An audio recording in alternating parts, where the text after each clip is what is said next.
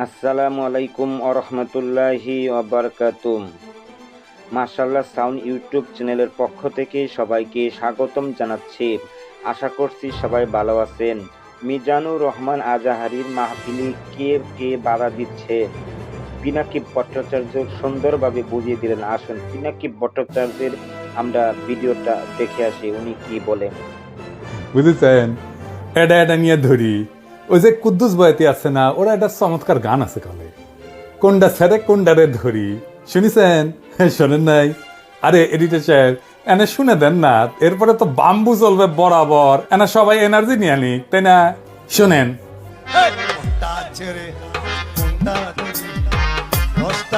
সাথে প্রেম করি, এইটাও ভালো, এইটাও ভালো, এইটাও ভালো, এইটাও ভালো, কারে তুই কারে ওহন দিয়া করি, কোনটা ছেড়ে কোনটা ধরি। গানটা ক্যাঙ্কা ভালো না? এনার্জি আসিছে না? হ্যাঁ, কুদ্দুস বয়াতি কলে আমার খুব প্রিয় শিল্পী, বুঝছাও। এবার আসেন প্রথম ইস্যু। আমি গতকাল কইছিলাম না যে আগাম নির্বাচনের ইন্ডিয়ার ইস্যু, বিনা সিকরি কি বলেছিল? দেখান তো এডিটর সাহেব, আবার দেখান। The political parties of Bangladesh are saying this to Mohammed Yunus.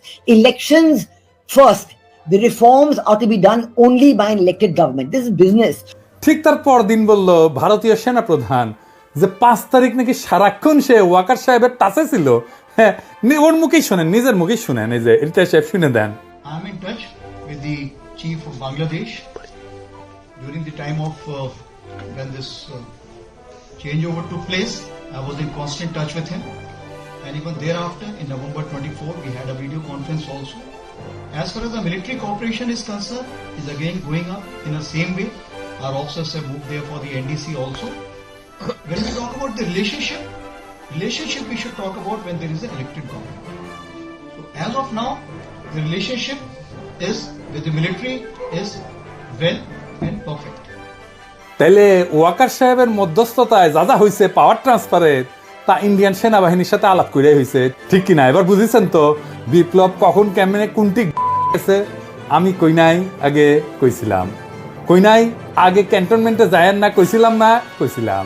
এখন বুঝেছেন তো যে মাখা ভাত খাইছেন আর জনগণরে খাওয়াইছেন, তা মাইকা দিছিল ইন্ডিয়া। আর কি কইছে? নির্বাচিত সরকার আসলে সম্পর্ক স্বাভাবিক হবে। আবার শুনেন। When we talk about the relationship we should talk about when there is an elected government. তার মানে বিএনপির সাথে সেটেলমেন্ট হয়ে গেছে, বিএনপি ক্ষমতাতে আসলে তারে আর ডিস্টার্ব দেবে না, তার আগে যত পারা যায় ডিস্টার্ব দেবে, ঠিক কিনা বলেন? এবার আসেন দ্বিতীয় ইস্যু।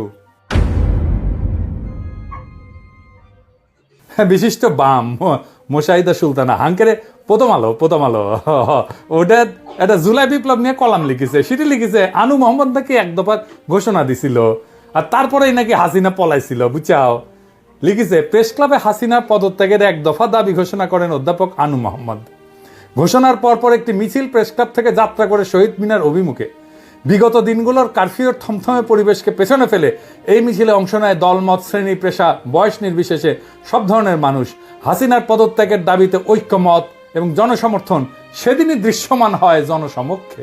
ওরে বাবা, হ্যাঁ আপনারা জানেন এক দফা ঘোষণা করে ছাত্ররা 3রা আগস্ট শহীদ মিনার থেকে। এই যে না এইটা সাহেব গুগলে এক দফার ঘোষণা লিখে সার্চ দেন তো কি কি আসে। দেখেছেন আনু মোহাম্মদের নাম আছে।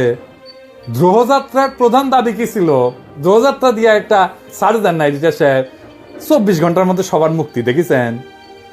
হ্যাঁ, সরকারের পদত্যাগ চাইছিল, কিন্তু সেটা এক দফা ছিল না, মেলা দফা ছিল তার সাথে।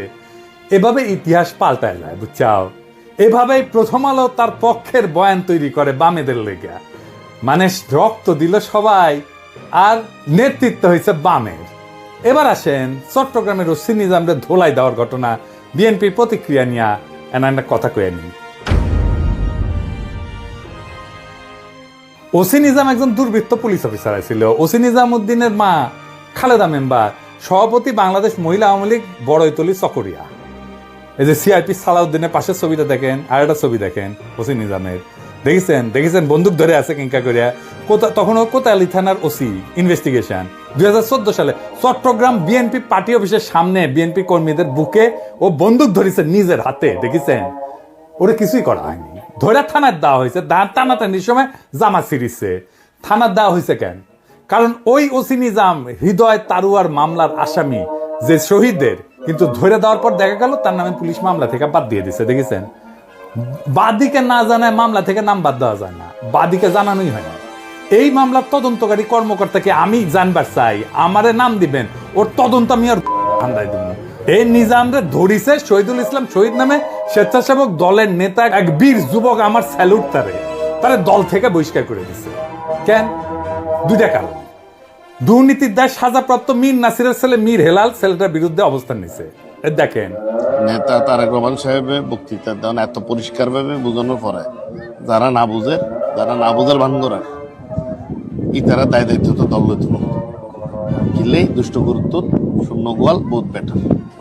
আর পুলিশ অ্যাসোসিয়েশন বিবৃতি দিছে খুনি নিজামের জন্য ওদের মনে নাকি গভীর সমবেদনা তৈরি হয়েছে। হারাম জাদা, হাজারের উপরে ছাত্র জনতারে পাখির মতো গুলি করে মাইরা ফেলাইছো, 25,000 ছাত্র জনতাকে চিরজীবনের জন্য পঙ্গু করে দিছো। ঠোলার বাচ্চা, ঠোলা তোর হৃদয় আছে মাদার। ওই শহীদুল কি বলতেছে শোনেন, যে আমার ছেলে দেখতে দেশ নাই। শোনান এডিটর সাহেব। আমি আমার বাচ্চা দেখতে পারি নাই, আমি আমার বাচ্চার মুখ দেখতে পারি নাই। এ হচ্ছে ওসিন আদম, সাদত ভাইকে যে লাঞ্ছিত করেছিল, আমাদেরকে লাঞ্ছিত করেছিল। জামাতের নেতাকে ধরে শিশু সন্ত্রাসী বলে চালান দিছে 3-3 বার। তার দোকান লুটপাট করেছে, বউ বাচ্চা গেছে দেখা করতে, বাচ্চার 104 ডিগ্রি জ্বর আসছিল, দেখা করতে দেন, সারা রাত ওই বাচ্চাটারে বসায় রাখিছে। আলিয়া মাদ্রাসা ক্লাস 8-এর ছাত্রদের ধরে নিয়ে গেছে, পরীক্ষা দিছে বাচ্চাটা জেল থেকে। এখন ঠোলা অ্যাসোসিয়েশনে হৃদয় বাইরে হয়েছে শালা, 14 জেনারেশনের জাউরা শালা। বিএনপি ভাবিছে ঠোলা দিয়ে ইলেকশন করাবি, তাই পুলিশের গেছে বিএনপি। এখন এই শহীদুল ইসলামকে নিজাম সাইজ করবি। এই নিজাম, শহীদুলের যদি কিছু হলে না তো ঠ্যাঙ্ক এটা ভেজে খামু কলে আমি। শহীদুল, তুমি ছাত্রদের নাগরিক কমিটির জয়েন দাও, তুমি উটি নেতা হবা। তোমার বীরত্বরে স্যালুট আমার। নাগরিক কমিটি করছি, যেটি ইনকা স্পিরিটেড বিএনপির তৃণমূল কর্মীর সাথে বেইনসাফি করবে বিএনপি না, তারই নিয়ে নিবা। ওই যে ইসকনের নামে মামলা করেছিল না যে বিএনপি নেতা, তাকে নিয়ে নাও। ওই চট্টগ্রামে হিরোইক ইমেজ তৈরি করতে পারবি। এবার আসেন মিজানুর রহমান আজাহারির তাফসির মাহফিলে গ্যাঞ্জাম নিয়ে কথা বলি। সিলেটে যেভাবে মিজানুর রহমান আজাহারির ওয়াজের শেষে হট্টগোল করে বন্ধ করে দেওয়া হয়েছে, তাতে আমি হতবাক এবং ক্ষুব্ধ। শুনেন তার কথা, শুনেন শেষ দিকের কথা। এই জায়গাটাতে এরকম কেন হইলো? শুরুতে তো এটা ছিল না। এখন আইন শৃঙ্খলা বাহিনী তোমাদের সাথে লাঠি চার্জ করবে, ধাক্কাধাক্কি করবে, তোমরা আমার সাথে এটা হবে এরকম? তোমরা তো ব্যথা পাবা তো। বসো না, সবাই বসতে পারলে তোমাদের কি? বসো। এটা আমি এখন পরিকল্পিত কিছু হতে পারে এই ধারণাও করতে হবে আমাদের। লক্ষ লক্ষ মানুষ বসে আছে, তোমরা একটু শান্ত হবে না? হ্যাঁ, বসো। আর 2 মিনিট একটু কোঅপারেট করো। 2 মিনিট একটু কোঅপারেট করো। জি পুলিশ ভাইরা, হ্যাঁ আস্তে আস্তে, জি বসে যাবে। হ্যাঁ ঠিক আছে, 2 মিনিট। এই বিভাগে আমার আর আসা হবে না, আমি একবারই তো আসলাম। সো যা বলার তো আমি এখনই বলতে হবে, এমন না যে আমি আবার সুনামগঞ্জে আসবো, হবিগঞ্জে আসবো। খুবই গুরুত্বপূর্ণ কয়েকটা কথা আমি রাখবো তোমাদের সামনে। বসো, শেষ করে দিব। এই তো আর 10 মিনিট সময় আছে আমার হাতে। বসো। মাশাআল্লাহ, এই ঠিক আছে। আমি কলে এখানে এক বিশাল ষড়যন্ত্রের গন্ধ পাইতেছি। ঘটনা ছোট, রাজনৈতিক গুরুত্ব অপরিসীম। আজারি সাহেব নিজেই কইছে যে সামান্য জায়গায় একটা অল্প কিছু লোকে কাজটা করেছে। শুনেন, পুরো লক্ষ লক্ষ মানুষ, আমি তো দেখতে পাচ্ছি কত লক্ষ লোক হয়েছে। একটা জায়গায় কোনো সমস্যা নাই, এখানে কয়েকশো ছেলে পেলে এই ধাক্কা ধাক্কি। না নিজে শুনতে পারতেছো, না অন্যকে শুনতে দিচ্ছ, না আমাকে বলতে দিচ্ছ। কি করতেছো তোমরা? এগুলো কি করতেছো? আমি আজকে just as a gesture of goodwill, আমি নামটা কইলাম না কে করিছে, কয়া দিমো কিন্তু কে করিছে। এইটা এই হট্টগোল হয়ে কেন সুষ্ঠুভাবে শেষ করতে পারলেন না তাফসির মাহফিল আজারি সাহেব? কারণ বিএনপি নেতারা প্রকাশ্যে বলিছে মাহফিলে আজারি সাহেব হেস্তনেস্ত শিকার হবে, এটা কইছে বিএনপি নেতা। সত্যি কথা, আমি ব্যানে করছি না। এই যে শুনেন, রহমান আজারি বক্তব্য রাখে বিএনপির বিপক্ষে, এত সাহস সে কোথায় পায়? আপনি এই জামাতের পক্ষে কথা বন্ধ করেন, না হলে দেশের মানুষ যেভাবে আপনার এই যে মাহফিল করে, মাহফিলে কিন্তু আপনি হ্যাস্ত শিকার হবেন। এই মুসল্লিদের কারণে তারা এই মুসল্লি কিন্তু বিএনপিকে পছন্দ করে, এই মুসল্লি কিন্তু অন্য সংগঠনকে পছন্দ করে। কিন্তু আল্লাহর নামে স্লোগান দিয়ে ধর্মের কথা বলে মাথায় টুপি লাগিয়ে পাঞ্জাবি পরে বিএনপিকে বকবেন না আপনি, তাহলে কিন্তু হ্যাস্ত শিকার হবেন। আবার যে কোনো মুহূর্তে কিন্তু আপনি দেশান্তর হতে পারেন। ঠিক তার পরদিন এই ঘটনা ঘটলো। তার আগে তো অনেক নেতা, রিজভী ভাই তার সহকর্মীদের তাতায় রাখছে, এখন আজারির উপর কেন বিএনপি দিলা? দুইটা কারণে। এক, বিএনপির তো জমায়েত করতে টাকা খরচা হয়, এমন কোন বক্তা নাই যার বক্তৃতা শোনার জন্য লাখে লাখে মানুষ যাবে। খালেদা জিয়া বা তারেক রহমান আসলে যাইতে পারে, কিন্তু দেশে আছে এমন কোন নেতার বক্তব্য শুনতে এখন আর যাবে না লাখে লাখে লোক। আর আজহারীর বক্তব্য শোনার জন্য স্মরণকালে সর্ববৃহৎ সভা হচ্ছে, যেটি যাচ্ছে সেটি হচ্ছে। এটা গা টাটাইতেছে বিএনপির। জনসমাগম মানে ক্ষমতা, বুঝছাও? আমাদের ভিডিওর ভিউ গেলে ক্ষমতা, আমাদের পোস্টের লাইক শেয়ার ক্ষমতা, এই ক্ষমতাকে বিএনপি চ্যালেঞ্জ মনে করছে। আর 2 নাম্বার, ইন্ডিয়ার ডরায় জনপ্রিয় ইসলামী বক্তারে, এই জন্যই তারা সরাও হয়েছিল মৌলানা দেলাওয়ার হোসেন সাইদের উপরে। আজহারী সাহেব ইভেন বিগার থ্রেট তাদের জন্য বড় ভয়, কারণ সংঘবদ্ধ মুসলমানে তাদের ভয়। আজহারী জামাত করে না, তার বয়স কম, তারা যুদ্ধাপরাধী বানাইতে পারবে না, চমৎকার কথা বলে, আধুনিক, মননশীল, অপূর্ব সুন্দর গলা আর চেহারা মাশাআল্লাহ, ইংরেজি বলতে পারে ভালো। এইরকম একজন দায়ীকে কোনোভাবে টলারেট করবে ইন্ডিয়া? করবে না। এক বেকুব তার মাথার দাম ধার্য করেছে, শুনেছেন? শুনেন।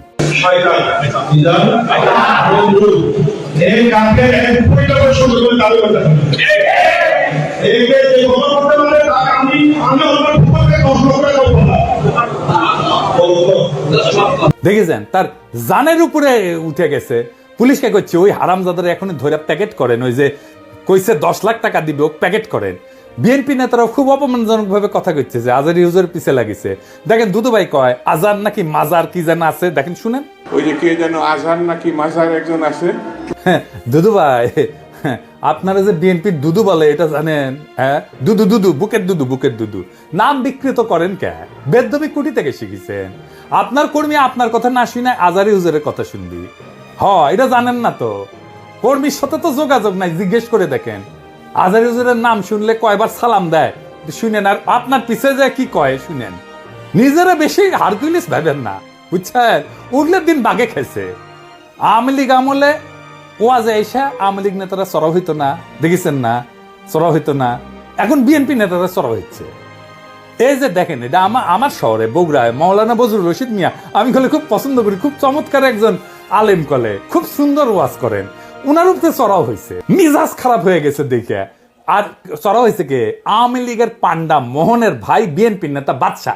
2 ভাই 2 দল করে, এক ভাই আওয়ামী লীগ, এক ভাই বিএনপি। ওর ভাই বগুড়া শহরের কোনো জমি বাকি রাখে না, এই যে মোহন দখল করেছে। 2 ভাই দল করে সিস্টেম কইরা এখন আরেক ভাই রাজত্ব চালাইতেছে বগুড়ায়। এটা আগা 5 তলা দুর্বৃত্ত ফ্যামিলি। শোনেন কি করিছে। কিসের ভাষা ভাই? আমরা আমার দেশে থাকি না। আমরা দেশে থাকি না। হ্যাঁ, ঠিক আছে। আপনি বলেন কেন যে আল্লাহু আকবার একবারই ছাড় দেয় না? আমাদের প্রত্যেকটা প্রোগ্রামে দেখো না। না, এই জায়গাতে আমি কি বুঝতে পারছি তাকে শোনেন। না না, এখানে যে কোরআন শরীফ তেলাওয়াত হলো, একবারই দিছে আল্লাহু আকবার, আম্মাম করতে আর দেয়নি, এটা ঠিক না। তার মানে দিছে তো? না, তার মানে দেয়নি, দিছে তো। একবার দেখ 10 বার দেখ, দিছে। আপনারা কোন আওয়ামী লীগের মধ্যে দিছে? আপনি তো বললেন একবারই দিছে আর দেয়নি, এটা তো ঠিক না। আমি একটু আমার প্রধান বক্তার সাথে দ্বিধার করেছিলাম যে উনি বলতে চেয়েছিলেন যে একবারই হাম্মাম সাহেব বলছেন, এটা তারপর কি বলছেন আমি আসলে এই করি, যখন বলছে একবার বলেছেন আমি সেটাকে দ্বিধার করেছি। আমরা ইসলাম কারো ব্যক্তিগত সম্পত্তি নয়, ইসলাম সকল মুসলমানের সম্পদ। কেউ যদি মনে করে এটা আমার ইসলাম আমার একাধিক আর করো না, এটা তো সঠিক না। যারা ক্ষমতার থাকতে যা করেনি, এরা ক্ষমতার যাওয়ার আগেই তার সাথে বেশি করতেছে। জনগণ কথা ঠিক কি না? রাধা বাদশাহ আউট হয়ে গেছে। মাহফিলে যারা যাবেন, কোন রাজনৈতিক নেতা যদি আলেমের সাথে বেদবি করে না, একেবারে পায়দা ফেলাবেন, পারমিশন দিলাম, আমার নামে যেন কেস দেয়, আমি কয়ে দিছি। আর হুজুরেরা আপনাদের বলি বেদবি নিয়েন না। আপনারা কোন আক্কেলে এই সমস্ত রাজনৈতিক দুর্বৃত্তদের ওয়াজের মঞ্চে আপনাদের পাশে বসতে দেন? ওদের সেই যোগ্যতা আছে আপনার পাশে বসার? পাবলিকে তো আপনার ওয়াজ শুনবার এসেছেন নাকি? ওই গুলো ক্ষমা দেখবার আসছে, তা তো আসে নাই। আমি দুঃখিত, মুখ খারাপ করলাম, হুজুর বেয়াদবি মাফ করে দিয়েন, কিন্তু এ তো মেজাজ খারাপ হয়ে যায়। তো আপনি কেন ওগ্রে পাশে বসান কেন? আপনার ওয়াজের জমায়েতের ফুটেজ খাবার আসে, ওই হারামজাদা নিজেরা দেখলে তো পাবলিক আসবে না, কথাও কবে পারে না। আপনার ওয়াজের জমায়েতের ফুটেজ খাবার আসে, এটি এসে সে দেখায় যে আমি মেলা বড় নেতা, এগুলোর পাত্তা দিবেন না, দাবরানি দিবেন, সাইজ হয়ে যাবে। ওয়াজের দিন তারিখ যেদিন ফাইনাল করবেন ওই সময় কয়ে নেবেন মঞ্চে, যেন কোনো রাজনৈতিক নেতা না উঠে। এই হারামজাদাগুলো সেকুলার সাজে, কয় যে ধর্মকে রাজনৈতিক উদ্দেশ্যে ব্যবহার করা যায়। তুই উঠিস কেন ওয়াজের ইয়েতে? তুই রাজনীতি করিস তো, তুই ধর্মকে ব্যবহার করিস কেন? তাইলে তুই উঠিস কেন ওয়াজের স্টেজে, মঞ্চে? কোন রাজনৈতিক নেতার বক্তব্য দিতে দেওয়া যাবে না। ওরা কয় না নির্বাচনে আসেন, রাজনীতিতে আসেন, কয় না। হ্যাঁ, এই যে দুদু ভাই কইছে, এই যে শুনেন, ভাইরে রাজনীতি করবেন স্বনামে আসে, আড়াইলে আপনার লেগে রাজনীতি করবেন। এবার কইবেন তুই এটা ওয়াজ কর, নিজে নিজে কর, দেখি হাউ মেনি প্যাডিতে হাউ মেনি রাইস পারিস, দেখি। আগামীর বাংলাদেশে রাজনৈতিক দুর্বৃত্তদের ঠাঁই নাই, হাজারো ছাত্র জনতা এমনি এমনি তাদের জীবন দেয় নাই। আমরা নতুন রাজনীতি চাই, আমরা নতুন কণ্ঠস্বর চাই। সুপ্রিয় বন্ধু সকল, এতক্ষণ যে পিনাকি ভট্টাচার্যের ভিডিওটা দেখলেন, আশা করছি এই ভিডিওটা সবার ভালো লেগেছে। আরও ভালো ভিডিও পেতে মাশাআল্লাহ সাউন্ড ইউটিউব চ্যানেলের সাথে থাকুন। আরও ভালো ভিডিও নিয়ে উপস্থিত হব ইনশাআল্লাহ। আল্লাহ হাফেজ।